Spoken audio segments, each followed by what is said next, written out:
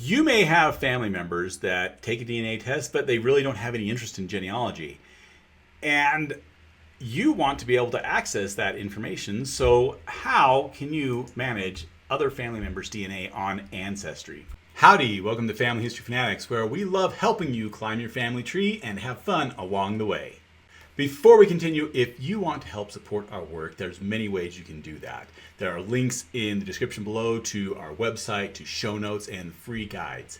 But the most important thing is to leave a comment and share this videos with others. We continue to grow thanks to people like you. One of the great things about Ancestry is it allows you to manage other people's DNA so that when you log in, not only can you look at your DNA results, but you can also look at others' DNA results. And this could be family members, this could be friends, it could be clients, really it could be anybody who actually goes through this process to share their DNA with you.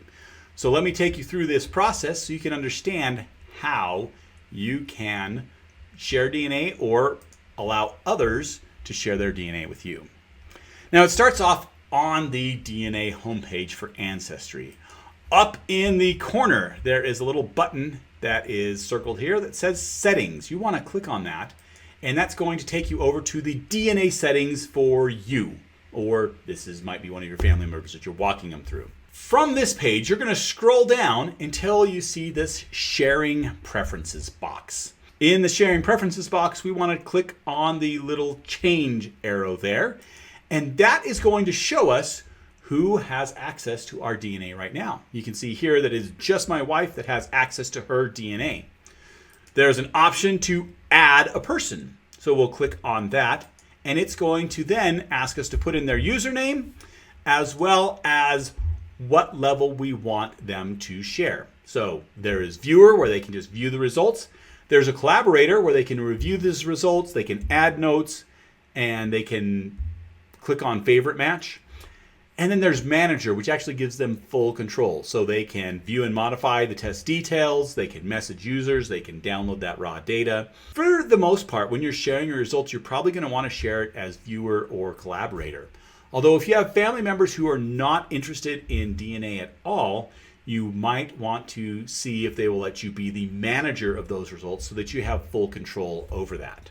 Now in this case, I put in my email address, and now you can see back on the sharing preferences, it has invited me to become this viewer. So I'm not able to view it yet, but I have been invited. So I go over to my email, and there is an email from Ancestry which says that, hey, I've been invited to view Devin's Ancestry results. I can click on the review invitation. It's going to have me sign into my account. Even if I'm signed in already, it's still going to have me sign into that account to verify that I am the person from that email. It's going to pop up this screen that allows me to accept this invitation. It tells me what I will be able to do with their DNA results. And after I accept that invitation, it goes to my DNA screen. Now you can tell this because up in the corner, you can see that I am signed in, but it is looking at my wife's DNA results. So I'm able to view her DNA results now. Now, if I ever want to change between her or anybody else, there is the view another test that is on the screen there that I can just click on that, and it'll give me the list of people that I have access to, and I can always switch between them just by logging in myself. So me and my wife don't even have to share logins for Ancestry. We can each have our own, and we can view each other's results once we have shared it with them. Now I go back to Ancestry, and now looking at these sharing preferences, you can see that I am no longer listed as invited, but I am listed now as just a viewer. So I have that access that she's given to me.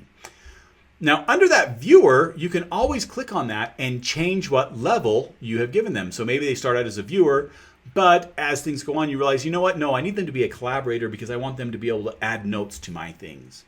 The other thing you can always do is you can delete people from your view. So by clicking on the X, it's going to ask you, are you sure you want to remove this person?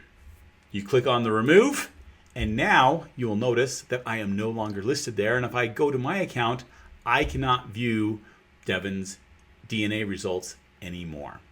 And that's really how you can get your family members who you want to manage their DNA because they're really not interested onto your account so that you have access to that. This is a really good way to help consolidate these things. And I've used this with several family members who've consented to tests, but they really don't have an interest in managing the DNA or looking at it anymore. So by having access to that, I can do the research that I want for their family lines for them and be able to share that data with them as well. If you still have questions about DNA, then consider joining us for our live streams where we answer your DNA questions, or become an FHF Extra member where we have even more training and live streams to answer your questions.